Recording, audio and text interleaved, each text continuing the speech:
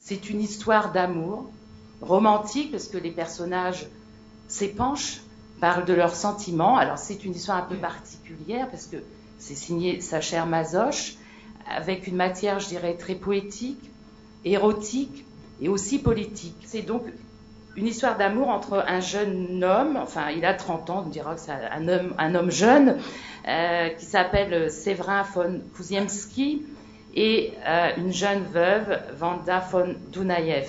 Séverin, pour s'engager avec elle, il fait un contrat. Alors c'est pas un contrat de mariage, hein, c'est un contrat particulier, puisque dans ce contrat, Séverin s'engage à être soumis au désir de sa bien-aimée, de répondre à ses désirs, à ses volontés, à ses ordres. Il accepte d'être son domestique, son esclave.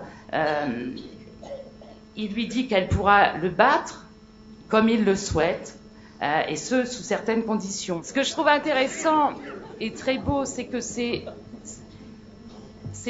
une poésie qui creuse, qui va à l'intérieur. Et Sacher Masoch, avant Freud, d'ailleurs, il dit des choses très très belles sur le rêve. Toute sa vie, il gardera le livre que sa mère lui avait donné sur les rêves, et il cherche à donner un sens aux rêves, aux désirs. Il scrute les désirs enfouis, l'origine du désir. D'ailleurs, il en parle dans cette œuvre, et je trouve ça très intéressant, avant Freud, que Sacher Masoch pointe toutes ces choses.